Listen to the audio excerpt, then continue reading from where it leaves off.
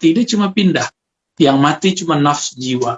Jiwa kita mati, tapi roh yang tadi, roh amal masih hidup.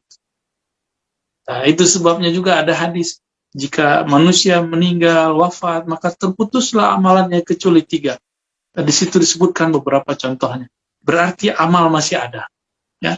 Dan jika ada orang kirim amal juga masih bisa diterima. Tapi roh hayawannya sudah tidak ada. Roh kehidupannya sudah tidak ada. Roh nabatinya sudah tidak ada. Roh tumbuhnya sudah tidak ada. Jadi ketika kita mati, roh mana yang kemudian hilang? Itu roh tumbuh nabati. Roh hayawan. Nah, ini yang kemudian hilang. Berarti dia tidak kembali kepada Allah. Dia kembali ke tanah. Ya. Sedangkan roh amali masuk ke alam barzakh. Ini yang kemudian ditanya oleh malaikat Munkar Nakir. Terus berlanjut sampai ke alam mahsyar, bangkit, mencari syafaat, dihisab, ya, ditimbang, menempuh siratal mustaqim, masuk surga jika benar, masuk neraka jika salah. Cuma sampai di situ. Sedangkan Al-Quran mengatakan, dan kita sering membaca ini dan mendengar ini setiap hari. Karena setiap hari ada pengumuman, ada orang yang wafat. Inna lillahi wa inna ilaihi raji'un. Kita milik Allah, kembali kepada Allah. Yang manakah yang akan kembali?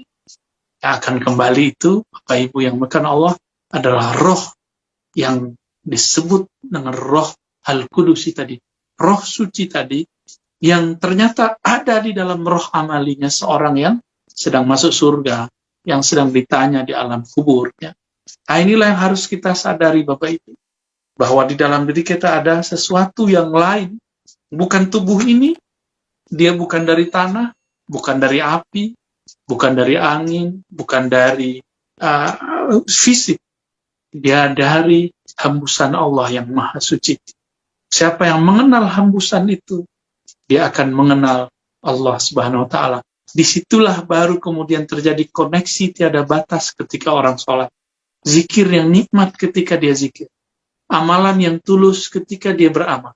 Sedekah yang ikhlas ketika dia berdonasi. Ini juga yang membuat seseorang mencari tentang jati dirinya. Kita banyak ketemu orang belajar agama, kemudian pindah lagi. Ada kehausan ingin mencari lebih. Apa yang sebenarnya terjadi? Ini adalah kerinduan, keinginan sang diri sejati itu kembali kepada Allah. Inna ilaihi raji'un, kembali kepadanya. Nah, dan Bapak Ibu, kenapa kita perlu sholat? Ternyata sholat itu media untuk mengenang dan kembali sesaat.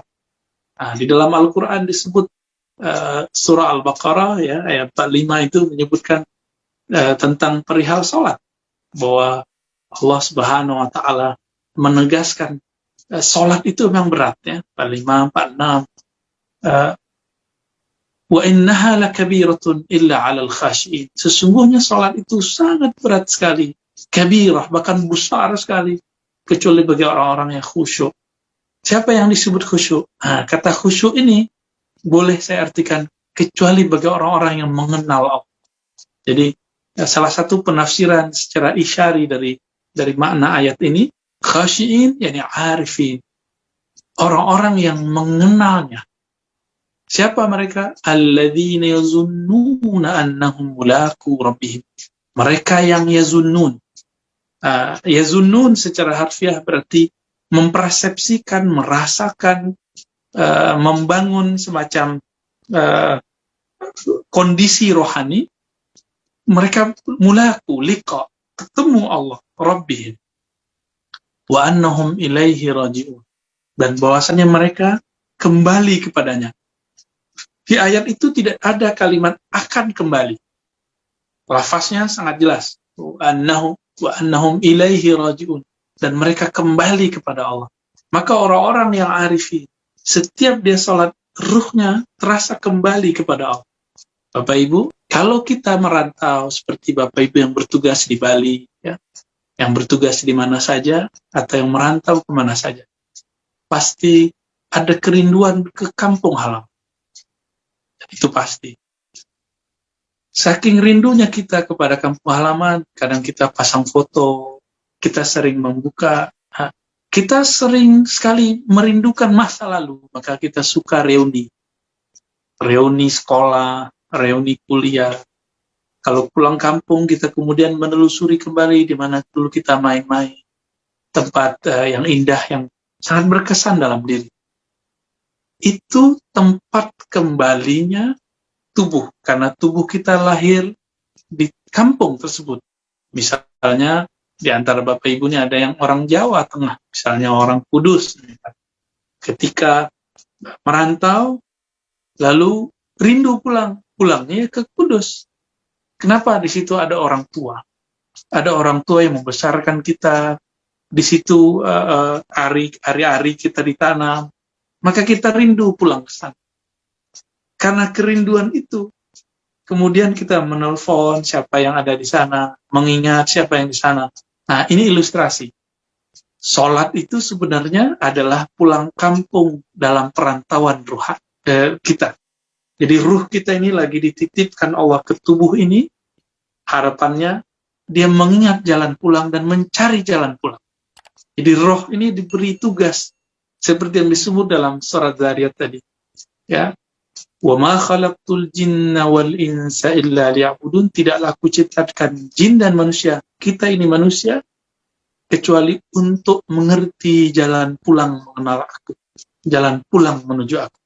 Tubuh pulang ke tanah, roh kita pulang kepadanya.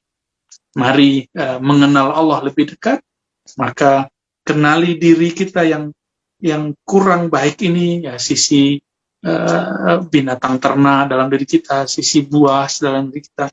Ini dibenerin, diislah, diperbaiki, lalu kemudian roh itu dia cuma satu cara mengenalnya, dengan cara mengenal sifat-sifat Allah Subhanahu wa Ta'ala. Jadi roh kita ini, karena dia tiupan dari Allah, mengenal roh itu adalah dengan cara mengenal Allah. Jadi kalau tadi dikatakan man arafa nafsahu faqad arafa rabbuhu, siapa kenal dirinya, kenal Tuhannya. Itu bisa dibalik. Siapa yang kenal sifat-sifat Tuhan, maka dirinya pun menjadi tiada. Ya. Nah, Bapak Ibu yang melakukan Allah, jadi bagaimana cara kita mengenal Allah? Nah, kesimpulan sederhananya, ahli rohani yang mewarisi ilmunya dari baginda Nabi Muhammad SAW, mereka mewarisi ilmu ruh. Roh ini untuk kenal kepada Allah itu melalui kenal dulu sifat-sifat Allah. Ya. Maka belajarlah ilmu tentang Allah, ya. Sifat-sifat Allah, bagaimana Allah, keindahan Allah, nama-nama Allah. Cuma itu cara untuk mengenal. Lalu yang kedua, ada ahli intelektual. Mereka mengenal Allah dengan cara berpikir, memikirkan ciptaan Allah. Ciptaan Allah itu boleh disebut dengan af'alnya Allah, perbuatan-perbuatan Allah. Ada juga para orang-orang yang rajin berzikir, ulama-ulama sufi, ulama tarekat, ya. Mereka mengenal Allah lewat nama-namanya, lalu disebut di kolbunya. Jadi mereka mengenal sampai di kolbunya, sampai kolbunya bergetar. Itu yang disebutkan dalam surah Al-Anfal. Idza dzukirallah wajilat qulubuhum. Jika sebut nama Allah, kolbu bergetar. Ya. Ada orang cari tenang. Kelompok ini bisa memfasilitasi ketenangan.